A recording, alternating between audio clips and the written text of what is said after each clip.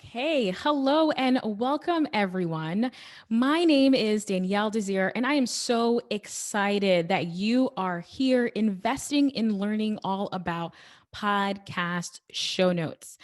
I personally think that show notes is something that is often overlooked as, podcasters in the podcasting industry, but I found it to be an incredible way to grow my show, increase my influence, and also make more money. So let's get started. So, episode titles, I want you to lead with value. A lot of podcasters, what they do is they're kind of feeling like in the feeling, and they create their episode titles based off of a feeling or emotion, or it's super vague and not concise.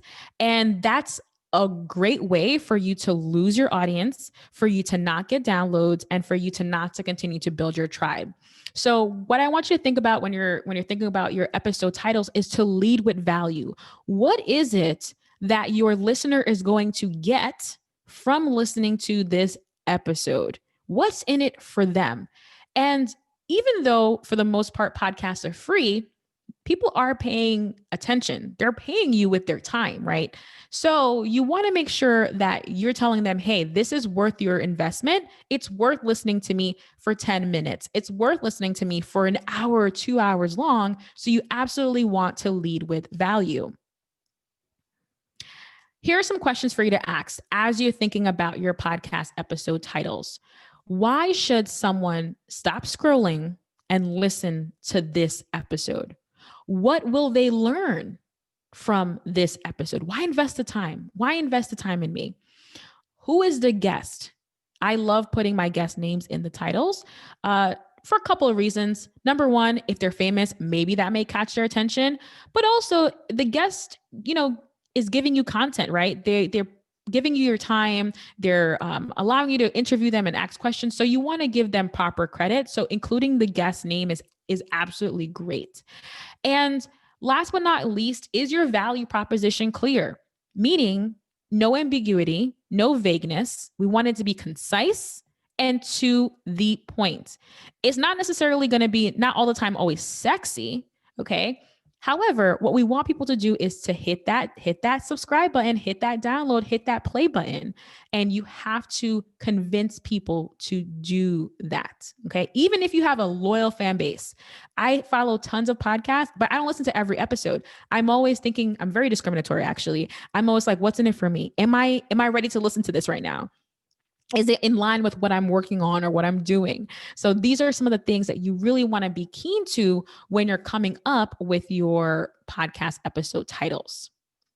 So some of the title do's, the things I highly recommend that you do, you want to make your titles quick and easy to read. So something that they could read it in a second and they're like, oh, I get exactly what that means. You want to include key words, SEO optimization. We're going to talk about that in a future slide. You want to make sure you're putting your audience first. Again, what's in it for them? Why should they listen to this? Make it super clear. No vagueness. There's no confusion. They know exactly what they're going to listen to and what they're going to get. And you also absolutely want to include your guest's full name. There's actually a lot of benefit for including the guest's full name, including, for example, the example of how I made the $20,000 in my affiliate income through one episode. It's because when I first interviewed this guest, she was just starting out. And then over the last 3 years, she built up $1 million business. And because I use her name in my title, people may be searching for her name, and my episode pops up, and then I make the sale. So there's a method to all of the madness when you put it all together. Okay, now what you should not be doing with the titles. Absolutely, you don't need to include your episode numbers because a lot of these podcast players will do it for you. What you may not know is that the title should be approximately 60 words. Okay. So if you're putting other fluff stuff in there, you're taking all this like valuable, precious space away from providing value. It's sort of like on Instagram, your Instagram bio. You're very limited in how many words and characters you can put in there. So you have to be super choosy. So be super choosy when you're picking your episode titles. So you don't need to have your episode numbers because a lot of times it's going to be already in there. And another thing, your guests, your actually not your guests, your audience doesn't care what episode number this is. They don't care. It's like, give me what I want. I'm here to listen and subscribe and get and learn and be educated and all that. So skip that. You do not want your titles to be too long. You want to do approximately 60 words. Okay, approximately 60 words. And during the hot seat later, maybe we can actually look through your feed and see, are you doing 60 words? Now, why is 60 words important is because after 60 words or so, your titles get cut off. So it's like kind of starting a sentence and then you're like, wait, what's the rest? It's like ... You don't want to do that. You want to make sure you're communicating very clearly, front row and center, what's happening in that little bit amount of space. It's very similar to your Instagram bio. You don't want your title to be vague and confusing. You want it to be clear. You want people to be like, yep, this is absolutely what I want to listen to. Opt in, opt in, opt in. You also do not want to include too many keywords. It's called keyword stuffing. And sometimes when you put too many keywords, it might not even make sense anymore. So you still want a human to be able to read it, to understand what you're going to be talking about, and to subscribe. So not too many keywords. So again, these are some very offhanded things to do and things not to do. All right. So let's go into the examples because I'm all about examples. So scenario number 1 is like just title with the topic.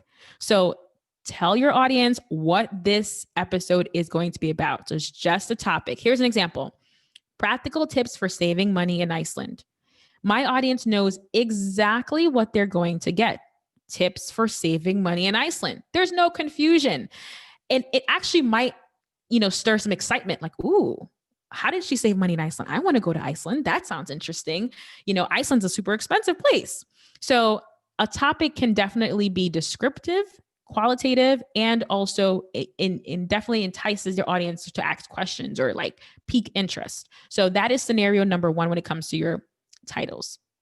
Scenario number 2 is topic plus guest. So what's in it for them plus the name of the guest, the name of the organization, the name of the brand. Okay. So here's an example. Planning an adult gap year with Stephanie Perry.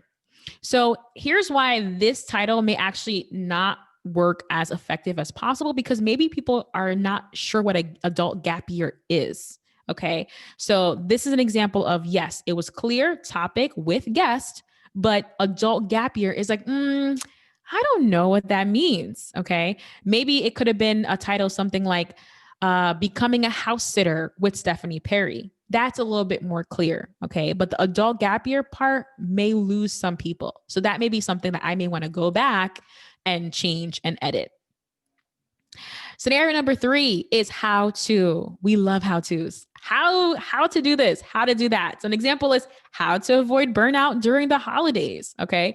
Even with this title, it may be a little bit vague, because what kind of burnout or what, like what burnout are you experiencing? Is it work burnout?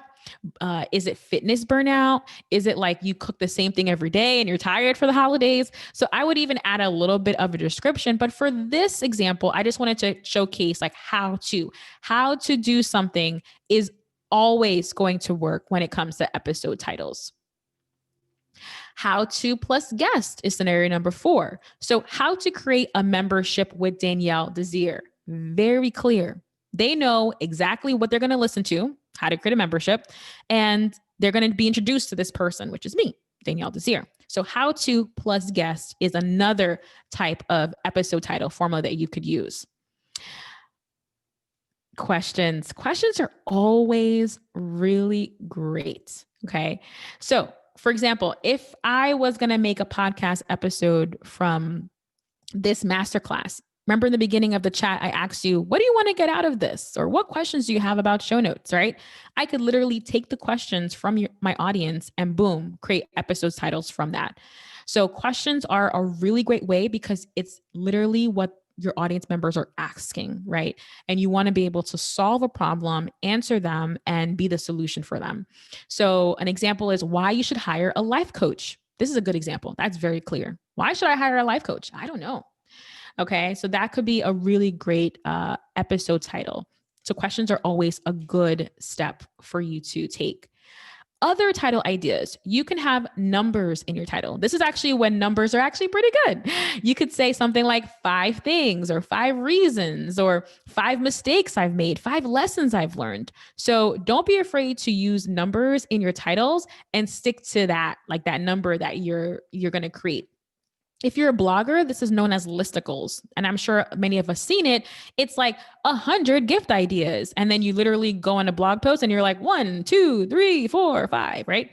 So 5 things I learned about podcasting is excellent. It lets you know we're going to learn 5 things and moving on. You can also use buzzwords like top or best or tips or ways. These are all things that grab people. They want to know mistakes. They want to know lessons. All of these words are things that people are like, ooh, I want to know this. I want to know this. And you can combine them together, combine numbers and top. So in this example, top 10 best writing tips. Very clear. We're going to go 1 through 10 and keep it super simple. You can also use years. Now, here's why I would caution using years. One of the things that I do when I'm creating content is I like to create evergreen content, which means that it could stand alone through the test of time. There's this meme and stuff on Twitter right now that's like, did this age well? Which means that if it was, shot in 2015 and now we're looking at 2021, is it going to stand? Is it still relevant? Is it a basic principle or something that will always be or change very little? So this example, when you're using years, is more so when you want to be timely. But you also have to know that over time, that content is going to be less and less relevant. So in your blog post that you're creating, you can actually update that. You can say, our biggest wins from 2021. However, on the podcast, it's more of concrete. It's harder for you to go in and like remove every time you said 2020 and just replace it with 2021. It's harder in audio because it's more of a standalone concrete blog kind of thing compared to your website, and your show notes can change and update over time. So I hope you found this helpful. There's a lot of things that you can do with your podcast episode titles to make them really enticing and super clear.